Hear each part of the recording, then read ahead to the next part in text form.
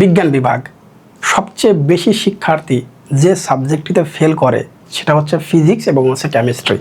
তার মধ্যে কেমিস্ট্রিতে মানে সর্বোচ্চ। এর কারণ কি?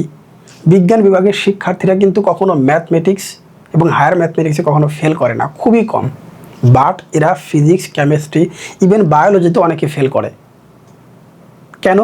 কারণ এই দুটো সাবজেক্ট ফিজিক্স এবং কেমিস্ট্রি তোমাকে বুঝে পড়তে হবে। স্পেশালি কেমিস্ট্রি তো বুঝে পড়তেই হবে, বেসিক ছাড়া একদমই সম্ভব না। কিন্তু আমি তোমাকে বলছি, এই বেসিকটা বোঝার জন্য ফিজিক্স এবং কেমিস্ট্রিতে কোনোদিন প্রাইভেট পড়ার প্রয়োজন নাই, কোনো কোর্স করার প্রয়োজন নাই। যেটা আমি বছরের শুরুতেও বলছিলাম, এখনও বলি। এখনও তোমাদের সামনে সময় আছে, যদি একটু কেয়ারফুল হও তাহলে কোর্স, প্রাইভেট কোনো কিছু না পড়েও তুমি কিন্তু ফিজিক্স কেমিস্ট্রিতে শতভাগ নাম্বার পেতে পারো। সেটা কিভাবে? ফিজিক্স এবং কেমিস্ট্রিতে যে কয়টা অধ্যায় দেয়া আছে, প্রত্যেকটা অধ্যায় সম্পর্কে বেসিক থেকে শুরু করে এভরিথিং ফেসবুক এবং ইউটিউবে প্রায় হাজারের উপরে ভিডিও আছে, হাজারের উপরে ভিডিও আছে। তুমি যে টপিক লিখে সার্চ করবে সেই টপিকটাই চলে আসবে। তোমার কেন কোর্স করতে হবে? কেন তোমাকে এই কোর্স সেই কোর্স করতে হবে? কেন? কেমিস্ট্রিতে ভালো করতে হলে প্রথমে যেটা দরকার মানে যাদের পাস মার্ক নিয়ে সমস্যা হয় তাদের কথা বলতেছি, যে কোনো দুটো অধ্যায় পড়লে পাস মার্ক চলে আসবে। যে কোনো দুটো অধ্যায় করলে ইজিলি পাস মার্ক চলে আসবে। পাশাপাশি সেটা হচ্ছে তুমি অন্য যে অধ্যায়গুলো তোমার বাকি থাকবে সেই অধ্যায় থেকে কিছু কমন সংক্ষিপ্ত প্রশ্ন, সৃজনশীল প্রশ্ন ক এবং খ পড়লেই কিন্তু হবে। এর বাইরে কিছু করার প্রয়োজন নাই।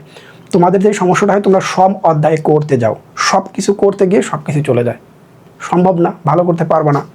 আবার কিছু ভাইয়ারা আছে, যেটা বলবো, তোমাদের এই ট্রান্সপারেন্ট চশমার পরিবর্তে যে কাজটা করে এই টাইপের চশমা পরিয়ে রাখছে। কিভাবে? টাইপ ভিত্তিক প্রশ্ন। আজ কিছু কথাগুলো ভিডিওর মধ্যে, মূল বেসিক আলোচনার মধ্যে এই চশমাগুলো পরিয়ে রাখছে। এই জন্য আপনারা আরও বেশি খারাপ করতেছেন, সেখান থেকে বেরিয়ে আসতে হবে। একদমই প্রথম যে কাজটা করব, আজকে কালো চশমায় পড়ি, সমস্যা নাই। 1 নাম্বার, প্রথম কাজ, তুমি যে অধ্যায়টা পড়বে সে অধ্যায়ের বিগত 5 থেকে 6 বছরের বোর্ড প্রশ্নগুলো অ্যানালাইসিস করবে। স্পেশালি ফিজিক্স কেমিস্ট্রির ক্ষেত্রে সাম্প্রতিক বোর্ড প্রশ্নগুলো পড়াটাই সবচেয়ে বেটার। আগের প্রশ্নগুলো কম পড়লেই হবে। স্পেশালি 22, 23, 24, 25 এই প্রশ্নগুলো পড়লেই সবচেয়ে ভালো হবে। আগের প্রশ্নগুলো পড়ার প্রয়োজন নাই, কারণ প্রশ্ন সবসময় পরিবর্তন হয় ফিজিক্স এবং কেমিস্ট্রির ক্ষেত্রে। দুটো সাবজেক্ট নিয়েই কথা বলতেছি, ওকে। এমসিকিউ ভালো করতে হলে তুমি যে কাজটা করবে, বোর্ড প্রশ্নগুলো সবচেয়ে বেশি পড়বে। 1 নাম্বারে বোর্ডে যে প্রশ্নগুলো আছে সেই প্রশ্নগুলো বেশি পড়বা, হয়ে গেল, রাইট। 2 নাম্বার হচ্ছে টেস্ট পেপার। ফিজিক্স এবং কেমিস্ট্রিতে টেস্ট পেপারটা কেনাটা জরুরি। যাদের কেনার সামর্থ্য আছে চেষ্টা করবা অবশ্যই, কিন্তু এখনও সময় আছে, কিনে নিবা। ফিজিক্স এবং কেমিস্ট্রিতে ভালো করতে হলে টেস্ট পেপারটা থাকাটা একটু জরুরি। কেন বলতেছি? সেখান থেকে তুমি প্রথমে যে 15টা স্কুল আছে বা প্রথম 10টি স্কুল আছে, এই প্রশ্নগুলোর নিজে পরীক্ষা দেবা, কত পাও, এই স্কুলের প্রশ্নগুলো তুমি পারো কি না, তাহলে সবার চেয়ে ভালো করবে, রাইট। এরপর যে কাজটা হবে, আচ্ছা এটা রেখে দেই, অস্বস্তি বোধ করতেছি। তারপরে দেখো যে বললাম, এরপরে প্রত্যেকটা বোর্ডের জেলা স্কুলগুলো পড়বা। দিনাজপুর জেলা স্কুল, ময়মনসিংহ জেলা স্কুল, এরকম জেলা স্কুলগুলো পড়বা। দেখবা তোমার পরীক্ষা অনেক ভালো হবে এবং প্রত্যাশার চেয়ে তোমার প্রাপ্তিটা অনেক বেশি হবে ইনশাল্লাহ। তাহলে চলো মূল ভিডিও স্টার্ট করি। সেখানে আমরা এমসিকিউ নিয়ে আজকে দারুণ কথাগুলো বলবো, এবং মূল কথা হচ্ছে যেভাবে ওখানে বলেছি সেইভাবে পড়ো, আশা করি সবার চেয়ে ভালো করবে। টাইপ ভিত্তিক কোশ্চেন নামে 1000 থেকে 1500 কোশ্চেন পড়ার কোনো মানে নেই, লাভ নাই। যদি বেসিক ক্লিয়ার করে 200টা এমসিকিউ পড়ো, 100টা এমসিকিউ পড়ো, কাজে লাগবে, সবার চেয়ে ভালো করবে। চলো মূল ভিডিও স্টার্ট করি। তুমি যদি পরীক্ষার 5 বা 7 দিন আগেও আমার এই ভিডিওটি এবং আমার ইনস্ট্রাকশন তুমি ফলো করো, আমি নিশ্চিত তোমার প্রত্যাশার চেয়ে এক্সামটা অনেক ভালো হবে। আজকে আমরা কিছু নির্মম সত্য বিষয়গুলো জানবো। টাইপ শব্দটাকে আজকে কিছুটা কথা বলবো টাইপ নিয়ে। টাইপ 1, পারমাণবিক ভর, অর্থাৎ ভর সংক্রান্ত কতগুলো এমসিকিউ আমাদের হতে পারে। এখন পর্যন্ত বোর্ড, টেস্ট পেপার এবং গাইড বলো, যেখানেই মূল বই বলো, যেখানে সবচেয়ে বেশি পরিমাণে পরীক্ষায় আমরা পেয়েছি যে প্রশ্নগুলো, সেই প্রশ্নগুলো আমরা শুরুতে রাখবো। প্রথম বলেছে অ্যালুমিনিয়ামের আপেক্ষিক পারমাণবিক ভর কত? উত্তর হচ্ছে 27। যেহেতু অ্যালুমিনিয়াম হচ্ছে 13, তাহলে 13 দুগুণে 26, বিজোড় হলে 1 যোগ করে দিব। ম্যাক্সিমাম ক্ষেত্রে এটা উত্তর সঠিক হবে। আর জোড় হলে 2 দ্বারা গুণ করে দেব ভরের ক্ষেত্রে। তাহলে অ্যালুমিনিয়ামের আপেক্ষিক পারমাণবিক ভর কত? 13 দুগুণে 26, 1 যোগ করে দিলাম, 27 হয়ে গেল। সেম টাইপের আমি এখানে 8টা প্রশ্ন পেয়েছি, ইভেন আরও বেশিও হয়। ফ্লোরিনের আপেক্ষিক পারমাণবিক ভর কত? ফ্লোরিন হচ্ছে 9, তাহলে 9 দুগুণে 18, 1 যোগ করলে হচ্ছে কত? 19। তুমি সেম টাইপের 3 নাম্বার কোশ্চেনটার উত্তর বের করতে পারবে কিনা? এখন দেখো 4 নাম্বার, 5 নাম্বার সেম টাইপের কোশ্চেন, 6 নাম্বার। এখানে দেখো প্রত্যেকটার ক্ষেত্রে পরপর সাজিয়ে দিলাম। কিভাবে? ম্যাগনেসিয়ামের 10টি পরমাণু, 5টি বলতে পারে। ক্লোরিনের 1টা পরমাণু, ক্লোরিনের 2টা আসতে পারে। সিলিকনের 1টি পরমাণু, সিলিকনের 5টা পরমাণুর ভর চাইতে পারে, তাহলে 5 দিয়ে গুণ করে দেব। তো এই বিষয়গুলো তোমাকে বুঝতে হবে। তাহলে 4, 5, 6। কেমিস্ট্রি বিষয়টা কিন্তু শুধু মুখস্থ না, তোমাকে বুঝে পড়তে হবে, তাহলে তুমি আনসার করতে পারবে, না হলে কিন্তু বিপদ। ওকে, যদি আমরা 7 নাম্বার কোশ্চেনটা চলে যাই, 4টি ম্যাগনেসিয়াম পরমাণুর ভর কত? আমরা তো 10টি দেখে আসলাম, তাহলে 4টার ক্ষেত্রে কতটুকু হবে? দেখো এখানে তাহলে মোট 9 নাম্বার পর্যন্ত আমরা প্রশ্নগুলো দিয়েছি। 9 নাম্বার পর্যন্ত আমরা এই ভর সংক্রান্ত প্রশ্নগুলো পেলাম। ভর নিয়ে যে প্রশ্নগুলো হয় সেই প্রশ্নগুলো জানলাম, সেম টাইপের দেখতে পেলাম, রাইট? ওকে, আমরা এবার টাইপ 2তে আসি। অণুতে পরমাণুর সংখ্যাটা কিভাবে বের করে? আমরা দেখতে পাচ্ছি অ্যালুমিনিয়াম নাইট্রেট, এখানে দেয়া হয়েছে অ্যালুমিনিয়াম নাইট্রেট, দেখতে পাচ্ছ অ্যালুমিনিয়াম নাইট্রেট। তাহলে অ্যালুমিনিয়াম নাইট্রেটের একটি অণুতে কতটি পরমাণু থাকে? একটাতে কতটি থাকে দেখতেই পাচ্ছ। যদি একটার হিসাব আমরা করি, এখানে অ্যালুমিনিয়াম নাইট্রেট আমরা লিখেছি, অ্যালুমিনিয়ামের জন্য 1 প্লাস, যেহেতু ব্র্যাকেটের মধ্যে এটা আছে, হোল 3 দেয়া আছে, তাহলে নাইট্রোজেনের জন্য 1, অক্সিজেন হচ্ছে 3টা, তাহলে 1 আর 3 যোগ করলে 4, এবং শেষে যেহেতু হোল 3, তাহলে 3 দ্বারা গুণ করে দিলাম, টোটাল আসলো কতটি? 13টি। তাহলে এইভাবে করে যে কোনো একটা পরমাণু যৌগ বলো, প্রত্যেক ক্ষেত্রে আমরা কি বের করতে পারবো না? পরমাণুর সংখ্যা কি বের করতে পারবো না? অ্যামোনিয়াম ফসফেটের অণুতে কতটি পরমাণু বিদ্যমান? এখন অ্যামোনিয়াম ফসফেটের এখানে সংকেত তো দেয়া নাই, তোমাকে বুঝতে হবে এটা হচ্ছে মানে অ্যামোনিয়াম ফসফেট, দেন তোমাকে বের করতে হবে আগের নিয়মটা ফলো করে। তাহলে 12 নাম্বার কোশ্চেন দেখতে পাচ্ছ, 13 number question, 14 number question, 15 number, 16 number, এখানে অসংখ্য সেম টাইপের প্রশ্নগুলো আছে। 17 নাম্বার, 18 নাম্বার, 19 নাম্বার দেখো। তাহলে একই টাইপের প্রশ্নগুলো সাজানো হয়েছে শুধু তোমাদের কথা বিবেচনা করে, যেন তোমাদের পড়াটা সুশৃঙ্খলভাবে হয়, তোমরা যেন 7 থেকে 10 দিনের পড়াটা যেন 1 দিনে কাভার করতে পারো, 2 দিনে কাভার করতে পারো, 3 দিনে কাভার করতে পারো। কেন বলে এই কথাগুলো? জাস্ট এটা সাজিয়ে দেওয়ার কারণে, রাইট? এবার আমরা দেখব হচ্ছে কি, দেখো 3 নাম্বার যে অনুরূপ প্রশ্ন, এখানে দেখো 4টা প্রশ্ন একই টাইপের না? দেখতেই তো পাচ্ছ 4টা প্রশ্ন সেম টাইপের কোশ্চেন। একটি মৌলে পরমাণুর প্রকৃত ভর যদি এত হয়, মানে এত গ্রাম হয়, তবে এর আপেক্ষিক পারমাণবিক ভর কত? আপেক্ষিক পারমাণবিক ভর 23 পর্যন্ত আমরা পেলাম হচ্ছে প্রশ্ন, 23 পর্যন্ত পেলাম প্রশ্ন, রাইট? 23 পর্যন্ত আমরা প্রশ্ন পেলাম। তাহলে এই প্রশ্নগুলো আমি যদি শুরুর এই 20 নাম্বার কোশ্চেনটা আমি বুঝি, এই 20 নাম্বার কোশ্চেনটা বুঝে বের করতে পারি, তাহলে আমি কেন 21, 22 এবং 23 নাম্বার কোশ্চেন পারবো না? এখানে সংখ্যাটা পরিবর্তন করে দিক, সমস্যাটা কি? আমি যেন সেম নিয়মে বাকি প্রশ্নগুলো বের করতে পারি, রাইট? এই হচ্ছে মূলত টাইপ ভিত্তিক যে প্রশ্নগুলো হয়। এবার আসি প্রকৃত ভর নিয়ে একটি প্রোটনের প্রকৃত ভর, ইলেকট্রনের প্রকৃত ভর, নিউট্রনের প্রকৃত ভর।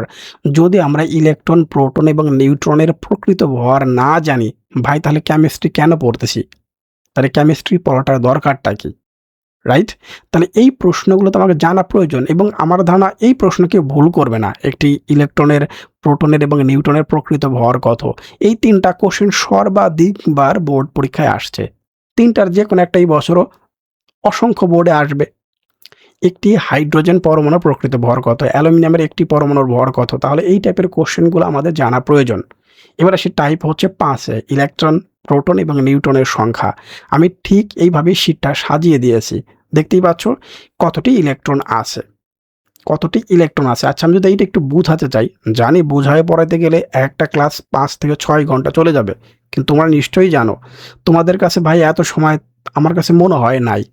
তোমাদের এখন জানা দরকার হচ্ছে কোশ্চেন কোনটা, রাজু ভাইয়া কোশ্চেন কোনটা ইম্পর্টেন্ট দিয়েছে সেই কোশ্চেনটা আমি করি। তাহলে তুমি কোশ্চেনটা তো জানলে, তোমাকে এখন ব্যাখ্যা সহ অনেকে এখানে বিরক্ত হয়ে বলে, আয় ভাই এগুলো ব্যাখ্যা আমরা জানি, আপনি শুধু কোশ্চেনগুলো দেন। ব্যাপারটা এইরকম, কারণ তোমরা এখন পরীক্ষার্থী ভাই, তুমি তো এখন 9-10-এ পড়ো না, তুমি তো এখন একদম পরীক্ষার্থী। তোমাকে সেইভাবে তোমার টাইমটা যতটুকু সেভ হয়ে, যে সাবজেক্টটা তোমার জন্য কঠিন মনে হয়, যে সাবজেক্টটা তুমি পড়তে এখনও স্বাচ্ছন্দ্য বোধ করতেছো না, সেইটার উপরে যেন সময়টা বাড়ায় দিতে পারো, অন্যগুলো যেন তোমার সব সাজানো থাকে, রাইট? তাহলে দেখো কতটি ইলেকট্রন আছে। আচ্ছা, এখানে 3+ মানে কি? প্লাস চিহ্ন মানে সে দান করে দিয়েছে, কমে গিয়েছে, আর মাইনাস মানে কি? সে যোগ করেছে তার সাথে, সে হচ্ছে ঋণী, আর হচ্ছে এ হচ্ছে ধনী। তাহলে অ্যালুমিনিয়াম 3টা ইলেকট্রন দান করে দিলে বাকি থাকে আর 10টা। যদি এখানে কথার কথা 3- থাকতো, তাহলে সেখান থেকে কি হতো? আরও যোগ হইতো, তাহলে 16টা হয়ে যেত। কথার কথা বলতেছি আর কি। যদি যেমন এখানে মাইনাস চিহ্ন দেওয়া আছে, এখানে প্লাস চিহ্ন দেওয়া আছে, তাহলে মাইনাস এবং প্লাস দিয়ে আমরা বুঝি এখানে ইলেকট্রন এবং প্রোটনের সংখ্যা বাড়ছে না কমছে, এটা বোঝানোর জন্য। ওকে, অসংখ্য প্রশ্ন প্লাসের রয়ে গেছে। দেখো এই যে 35 নম্বর এবং 36 নম্বর কোশ্চেন দেখতে সেম হলেও ভিতরে দেখো আলাদা, 1, 2, 3 অপশনগুলো কিন্তু আলাদা। অর্থাৎ 35 এবং 36 নম্বর কোশ্চেনগুলো দেখতে একই রকম মনে হচ্ছে, বাট অপশনগুলো কিন্তু আলাদা। এখন আমি যদি বুঝে না পড়ি, তাহলে তো এই অপশনগুলো আমি বুঝবো না পরীক্ষার হলে গিয়ে, ঠিক কিনা বলো? তাহলে এটা তোমাকে বুঝেই পড়তে হবে। কেমিস্ট্রিতে বেশিরভাগ শিক্ষার্থী এখানেই মূলত ধরাটা খেয়ে যায় এক্সাম হলে গিয়ে। তাহলে 38 দেখো, প্রত্যেকটা কোশ্চেন সেম ক্যাটাগরি। দেখো আমি অনেকগুলো কোশ্চেন তোমাদের দেখালাম, এখান থেকে কত 35 number same question, 36 number same question, 37 নাম্বারও সেম প্রশ্ন, 38 নাম্বার, 39 নাম্বার হয়ে গেল। এবার দেখো আমাদের 6 নাম্বার যেটা আসছে, 6 নাম্বারে শক্তি স্তরে ইলেকট্রন বিন্যাসটা কীরকম হয়। এখানে এম শক্তি স্তরে সর্বোচ্চ কতটি ইলেকট্রন থাকতে পারে? 18টি। তাহলে সেম টাইপের আরও কোশ্চেন আছে 18টা। পরমাণুর এন শেলে কয়টি উপশক্তি থাকে? এইভাবে টোটাল কোশ্চেন দিয়েছে। দেখো 41 নাম্বার কোশ্চেন। তারপরে দেখো এম শেলে কতটি ইলেকট্রন থাকে, কে শক্তি স্তরে সর্বোচ্চ কতটি ইলেকট্রন থাকতে পারে। আবার এখানে আরেকটা দেয়া হয়েছে, দেখো 44, 45 সেম টাইপের কোশ্চেন, 46 নাম্বার, 47 নাম্বার সেম টাইপের কোশ্চেন, 48, 49, 50 অসংখ্য প্রশ্ন এখানে একটা টাইপের মধ্যে পড়ে যাচ্ছে। দেখো 54 নাম্বার অসংখ্য, আমি একটু দ্রুত দেখিয়ে যাচ্ছি, আমি আরেকবার একটু তোমাদের হয়তো স্লো করে দিচ্ছি। তাহলে 45, 46, 47, 48, 49 এবং হচ্ছে কি 50। 51 নম্বর কোশ্চেন দেখতে পাচ্ছ, 52 নম্বর কোশ্চেন সেম আছে, 53 নম্বর কোশ্চেন সেম হয়েছে, তার মানে প্রত্যেকটার ক্ষেত্রে কিন্তু সেম প্রশ্ন। 54 নম্বর কোশ্চেন দেখতে পাচ্ছ, তারপর হচ্ছে 55, 56, 57, আমি দেখতে পাচ্ছি সবগুলো প্রশ্নের ক্যাটাগরিটা একদম সেম। এবার আসি কিছু অনুরূপ প্রশ্ন, যেটা আমরা ক্যাটাগরির উপর নাম লিখতে পারতেছি না। উপশক্তির 4D এর জন্য n+1 এর মান কত হবে? সেম টাইপের আরও 3টা প্রশ্ন আছে। দেখো কি হচ্ছে, 4f এর n+1 এর মান কত? 5f অরবিটালের ক্ষেত্রে n+1 এর মান কত? কোন বলছে কোনটি অরবিটালটিতে n সমান 4 এবং 2 হলে এটার মানটা কত হবে? চিন্তা করে দেখো এটা, তার মানে এইখানে কয়েকটা প্রশ্ন আছে সেম টাইপের। এই প্রশ্নগুলো যারা বুঝে এখন থেকে প্র্যাকটিস করতে পারো এবং নিজে একটু মূল বইটা পড়ে নাও।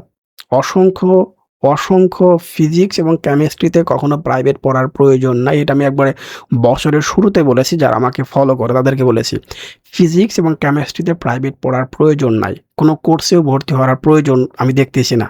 ফিজিক্স এবং কেমিস্ট্রিতে বেসিক বোঝার জন্য সাজেশনটা বিষয়টা আলাদা। সাজেশন আমি দিচ্ছি বলে আমার কথা বলছি ওটা এরকম না। আমি বলছি বেসিক বোঝার জন্য যারা এখন আমার কথাগুলো শুনতেছো, তাদের ফিজিক্স এবং কেমিস্ট্রিতে কোনো কোর্স করার প্রয়োজন নাই। কোনো বেসিক টু প্রো ম্যাক্স বা অনেক আছে একবারে, যাই হোক নামগুলো না বলি, তো এই টাইপের কোর্স করার প্রয়োজন নাই। উত্তর হচ্ছে কেন? কারণ ফিজিক্স এবং কেমিস্ট্রিতে 9-10 যে বইটা আছে, এই বইটা সম্পর্কে হাজারের উপরে ভিডিও আছে ইউটিউব এবং ফেসবুক পেজে, প্রত্যেকটা চ্যাপ্টার নিয়ে বেসিক সহ আছে। তাহলে সেই ক্লাসগুলো আমি যদি একবার দেখে ফেলি, তাহলে আমার টাকাটা তো নষ্ট হচ্ছে না। আমি তোমাদের বলতে পারছি কিনা জানি না, প্রত্যেকটা টপিক সিঙ্গেলভাবে অনেক ভালো টিচারের ভিডিও প্লাস এটা আছে। অনেক ভালো টিচার, যদি তোমার শুধু মাইন্ডটা সেট আপ হয় বলে হ্যাঁ আমি ফিজিক্স কেমিস্ট্রি শিখতে চাই, দেখবো অসংখ্য ফেসবুক এবং ইউটিউবে ভিডিও দেওয়া আছে, তুমি চাইলেই শিখতে পারবা। এটা আর তেমন কোনো কিছু নাই যে তোমার জন্য এখানে আলাদা করে বসতে হবে কোনো কোর্সে ভর্তি হয়ে, ব্যাপারটা এরকম। তুমি সাজেশন ক্রয় করতে পারো, সাজেশন নিতে পারো, সেই সাজেশনের আলোকে তুমি তোমার বেসিকটা এখন সাজেশন ফলো করতে পারো। 8 নাম্বারে যে প্রশ্নটি আছে, কোনটিতে ইলেকট্রন আগে প্রবেশ করবে? কোনটিতে ইলেকট্রন আগে প্রবেশ করবে? ব্যাখ্যাটা নিচেরটা পড়লে তোমরা বুঝতে পারবা কেন উত্তরটা 4p হচ্ছে। যে অরবিটালে n+1 এর মান কম, সেই অরবিটালে ইলেকট্রন আগে প্রবেশ করবে। সেম টাইপে আমরা আরও 4টা কোশ্চেন দেখতে পাচ্ছি। আগে প্রবেশ করবে, আগে প্রবেশ করবে, সেম ইলেকট্রন বিন্যাস দেখতে পাচ্ছি হচ্ছে 66 নাম্বারে এবং 67 নাম্বারে ইলেকট্রন বিন্যাস, দুটো ইলেকট্রন বিন্যাসের কোশ্চেনটা এখানে আমি অ্যাড করে দিয়েছি। এবার আসে হচ্ছে, তাহলে তোমাদের কাছে এখন সেই চরম সত্য কথাটা হচ্ছে, টাইপ আকারে দিলে এই প্রশ্নগুলো হবে 1000+। টাইপ আকারে যদি তোমাকে প্রশ্ন দেওয়া হয় তাহলে প্রশ্ন হবে 1000+। তুমি শুনে অবাক হবে, এখানে আমি যে প্রশ্নগুলো সাজিয়েছি এর বাইরেও তো আরও কিছু প্রশ্ন রয়ে গেছে। এর বাইরে এই প্রথম অধ্যায় থেকে প্রায় 2 থেকে 300 এমসিকিউ পড়া পসিবল। আমি শিওর আমার সাথে তোমরা একমত হবে। এখন টাইপ এই শব্দটা, সবগুলো প্রশ্ন কি টাইপ আকারে হয় কখনো? কখনো হয়ই না। সেম টাইপের মধ্যে কোশ্চেনগুলো পড়েই না। তখনই সেখানে আমি কি করতেছি?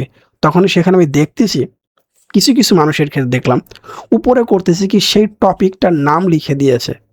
সেই টপিকটার নাম লিখে দিচ্ছে। অর্থাৎ মূল বইয়ে যে টপিকটা আছে সেই টপিকের নাম লিখে দিয়ে সেম টাইপের কোশ্চেন বলে চালিয়ে দিচ্ছে। 1000, 1200, 1500 করে এমসিকিউ দিচ্ছে এবং সেখানে বলে দিচ্ছে পরীক্ষায় যখন প্রশ্ন আসে তখন বলে আমি তো এই পরিচ্ছেদটা বলে দিয়েছি এখান থেকে আসবে। কিন্তু আদর্শে তোমাকে প্রশ্নটা দিচ্ছে কখনো? না। এখানে হচ্ছে বড় একটা ধাপ্পাবাজির মতো কাজ হয়, যেটা অনেকে বুঝতে পারো না। তো টাইপ আকারে যে কোশ্চেনগুলো এখানে বলা হলো, সবগুলা কোশ্চেন তো টাইপ হয়ই না। সবগুলা কোশ্চেন তো টাইপ হয়ই না। তখন কি করতেছে, মূল বইয়ের টপিকের নাম দিয়ে নিচে অসংখ্য কোশ্চেন দিয়ে দিচ্ছে। ভাই আমি কি এখন যেমন 67 নাম্বার কোশ্চেন, তোমাকে একটা উদাহরণ দেই। কিরকম? আমি 66 নাম্বার কোশ্চেন বুঝলে আমি 67 নাম্বার কোশ্চেন উত্তর করতে পারবো। এখন এটা তো টাইপ আকারে সাজানো গেল। কিন্তু বাকি প্রশ্নগুলোর ক্ষেত্রে একটু নিচের দিকে আসি। টাইপের নামে এরকম ধাপ্পাবাজি। আচ্ছা, অধ্যায় 4 নাম্বার পর্যায় সারণী। আমি গণিতে টোটাল 199টি এমসিকিউ দিয়েছি। আমি এই যে অন রেকর্ড বলতেছি, বাংলাদেশের যে কোনো টিচার বা যেই হোক না কেন, সকলকে আমি বলবো আপনি 199টা এমসিকিউ পরীক্ষার হলে প্র্যাকটিস করে আপনার সন্তান, আপনার শিক্ষার্থী বা আমার প্রিয় শিক্ষার্থী তোমরা যাও, পড়ে এসে পরীক্ষা দিয়ে আমাকে জানাও। 199টা দিচ্ছি। টাইপের নামে ধাপ্পাবাজি করে 1000+ কোশ্চেন আপনাকে দিচ্ছি না। আপনি আমার সাথে চ্যালেঞ্জ করেন পরীক্ষার হল থেকে এসে, বলি যে রাজু ভাইয়ের 199টি কোশ্চেন কমন পড়েনি, আমার এই টাইপ 1000 কোশ্চেনতে কমন পড়েছে। কি কমন পড়েছে? সত্যি কথা বললে বিপদে পড়বেন। ধাপ্পাবাজিগুলো ছেড়ে দেওয়া উচিত। অনেক শিক্ষার্থী বুঝে, অনেক শিক্ষার্থী বুঝে না। যা হোক, এদের আবার কিছু লেস পেন্সার রয়েছে, এরা অনেক সময় এসে ব্যাড কমেন্টও করে, হাসি পায়। ভাই আমার প্রধান শক্তি হচ্ছে অনেস্টি, সততা। পারবেন না কখনো, কখনোই পারবেন না। নিচের কোনটি অবস্থান্তর মৌল নয়? গ্রুপ 3 থেকে গ্রুপ 11 পর্যন্ত মৌলগুলো অবস্থান্তর মৌল। খেয়াল করে দেখো বাকিগুলো কি বলা হয়েছে, তাহলে নামটা দিয়ে দিয়েছি। তাহলে এই একটা কোশ্চেনের মধ্যে অসংখ্য প্রশ্ন হতে পারে, অপশনগুলো পরিবর্তন হয়ে দিতে পারে, আমি জানলাম এখানে, রাইট? এবার আসো মৃত ক্ষার ধাতু। কোনটি মৃত ক্ষার ধাতু? মনে রাখার কৌশল, বিরিয়ানি, মোগলাই, কাবাব সরিয়ে বাটিতে রাখো। প্রত্যেকটার সাথে নামের মিল আছে, এটা বিভিন্ন গাইড পুস্তক, টেস্ট পেপার অনেক ক্ষেত্রে পেয়ে যাবে। এটা অনেকে পড়ায়, এটা কমন একটা ডায়লগ বলতে পারি আমরা। ওই যে সেরকম আমরা যেমন গণিতের টেরা লম্বা ভূত পড়ি, ওইরকম এটা মোটামুটি এটা পপুলার হয়ে গেছে এই শব্দটা। আমি গত বছরও দিয়েছিলাম, আলহামদুলিল্লাহ সেম টাইপেরটাই দিয়েছিলাম। কোনটি মুদ্রা ধাতু? মুদ্রা ধাতু হচ্ছে এত। আর তোমরা শুনে অবাক হবে, বাংলা দ্বিতীয় পত্র আমার সাজেশনটা এখন পর্যন্ত মনে হয় না, বাংলা দ্বিতীয় পত্র সাজেশনটা এখন পর্যন্ত অসংখ্য মানুষের টোটালি হচ্ছে কি করেছে, নিজের নামে চালিয়ে বিভিন্নভাবে ভিডিও তৈরি করতেছে। আমি রিসেন্টলি 6টা কম্পোজিশন দিয়েছি, কয়েকটা ইউটিউব চ্যানেলের লোক আছে 6টা কম্পোজিশন দিয়ে সেম ভিডিও তারা তৈরি করছে, কিন্তু আমার পরে বিশ্লেষণের পরে সেম চালাতেই পারেন, no doubt. Dishonesty, just dishonesty আপনি করতেই পারেন, কিন্তু আমারটা সেম টু সেম আপনি কপি করতে পারেন না। আপনার নিজস্ব একটা বৈশিষ্ট্য থাকা প্রয়োজন। অ্যাক্টিনাইড সারির মৌলসমূহের পারমাণবিক সংখ্যা কত? এতটি। এরপরে আমাদের এই 72 এবং 73 নম্বর কোশ্চেনটা একটু ভালো করে খেয়াল করবে প্রিয় শিক্ষার্থী। এই 72 এবং 73 নম্বর এই দুটি প্রশ্ন একটা বক্সে মৌল দেয়া আছে এবং পারমাণবিক সংখ্যা দেয়া আছে। এটা দিয়ে অসংখ্য প্রশ্ন হবে। এটা দিয়ে অসংখ্য প্রশ্ন হবে। এটার আলোকে আমি আরও চাইলে 30 থেকে 40টা এমসিকিউ তৈরি করা পসিবল। কারণ এটা দিয়ে আমাদের অসংখ্য সৃজনশীল প্রশ্নও আছে। তাহলে এই কোশ্চেনগুলো যখন পরীক্ষায় আসবে, এই টাইপের কোশ্চেনগুলো যখন আসবে, তুমি যদি করতে না পারো তাহলে পড়ে লাভ নাই আসলে। তুমি এই ভিডিওটি দেখে তোমার কোনো লাভ হচ্ছে না। ইনস্ট্রাকশন ফলো করবে, এই সাজেশনটা বারবার রিড আউট করবে, আশা করি বাকি সবার চেয়ে এগিয়ে থাকবে। এটা কথা না, শুধু কাজে দেখবে। আচ্ছা, আমরা যদি পরবর্তী অংশ যাই, আয়রন পর্যায় সারণীর কোন পর্যায়ে অবস্থিত? এটা হচ্ছে চতুর্থ। কোনটির ধাতব ধর্ম বেশি? এত। যে ডব্লিউ আর ডোবেরাইনারের ত্রয় কোনটি আমরা দেখতে পাচ্ছি। পর্যায় সারণীতে খাড়াই স্তম্ভ কতটি? এটা হচ্ছে 18টি। যদি কোনো প্রশ্নের উত্তর একটু ভুল দেয়া থাকে বা কোনো কারণ না থাকে, সেক্ষেত্রে তোমাদের কমেন্টস করতে পারো, চেষ্টা করব। মাঝে মাঝে দু একটা কমেন্টস পাই, আমি চেষ্টা করি নতুন করে দেখে সেটা কারেকশন করে রাখতে। পর্যায় সারণীর গ্রুপ 18তে কতটি মৌল আছে? 7। তাহলে দেখো 81, 80 নাম্বার প্রশ্ন, এখানে কিছু কিছু প্রশ্ন দেখতে একই রকম লাগতেছে। আবার দেখো 82 নাম্বার কোশ্চেন, এইটার আলোকে আরও কয়েকটা কোশ্চেন তৈরি করা যেত, কিন্তু এখানে দেইনি। মানে 82 নাম্বার কোশ্চেনের আলোকে আরও কয়েকটা প্রশ্ন তৈরি করা হতো। কেমিস্ট্রি বিষয়টা কিন্তু মুখস্থ না, আমি আবারও বলছি, একদম মুখস্থ বিষয় কিন্তু না। আপনাকে বুঝে বুঝেই মুখস্থ করতে হবে। মুখস্থ করা হচ্ছে 2 টাইপের, একটা হচ্ছে বুঝে মুখস্থ করা, আর একটা হচ্ছে না বুঝে মুখস্থ করা। বুঝে মুখস্থ করলে অনেক দিন থাকবে ব্রেনে, আর না বুঝে মুখস্থ করলে এখন পড়তেছে 1 দিন বা 2 দিন পরে দেখবি সেটা আর নাই, চলে গিয়েছে। নেক্সট, সালফারের সাথে নিচের কোন মৌলের ধর্মের মিল বিদ্যমান? দেখতে পাচ্ছ অক্সিজেন। কোন মৌলটির বলছে আয়নীকরণ শক্তি বেশি? বাকি এখানে যে 4টা অপশন আছে তার মধ্যে ম্যাগনেসিয়ামেরটা বেশি। কেন বেশি? এই প্রশ্ন নিজের মধ্যে করবে, ব্যাখ্যা যখন বুঝতে পারবে তখন অটোমেটিক্যালি উত্তর বের হয়ে আসবে। কোন মৌলটির ইলেকট্রনের আসক্তি সবচেয়ে কম? বাকি 4টার চেয়ে এইটার আসক্তি কম কেন? এই ব্যাখ্যার উত্তর যখন জানবে তখন তুমি এটার উত্তর করতে পারো পরীক্ষার হলে। এই ব্যাখ্যাগুলো জানা প্রয়োজন।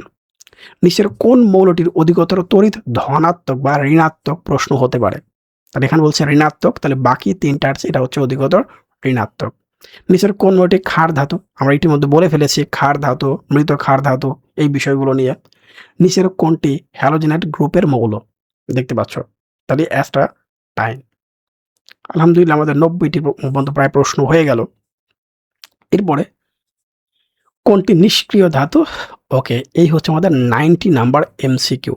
90টি এমসিকিউ হয়ে গেল। অনেকে মনে করো আমি পরবর্তী এমসিকিউগুলো দিব কিনা, কোর্সে অন্তর্ভুক্ত আছে।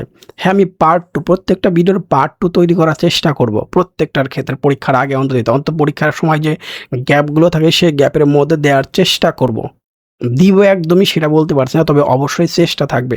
কারণ তোমাদের আমি ফ্রিতে অনেক কিছু ফ্রি টেস্টে দিয়েছি, ইভেন এখনও দিচ্ছি। এই টাইপের সাজেশন তোমাকে কেউ দিবে না। জাস্ট বোর্ডের সামনে দাঁড়াবে, 5 থেকে 7টা বোর্ড কোশ্চেন বলে দিবে প্রত্যেকটা থেকে, বলে এই বোর্ড কোশ্চেনগুলো 100% কমন পড়ে যাবে। আদৌ তোমাদের কোনো কোশ্চেন দিবে না, এভাবে কোশ্চেন লিখে তোমাকে ব্যাখ্যা সহ দিবে না। আর যাও দিচ্ছে সেই প্রশ্নগুলো কতটুকু কাজে লাগতেছে সেটা নিজেকে নিজে প্রশ্ন করে পেয়ে যাবে। নিশ্চয়ই দেখা হবে পরবর্তী ভিডিওতে তোমাদের সাথে। অনেক ভালো থাকো, শুভেচ্ছা নিরন্তর। আসসালামু আলাইকুম।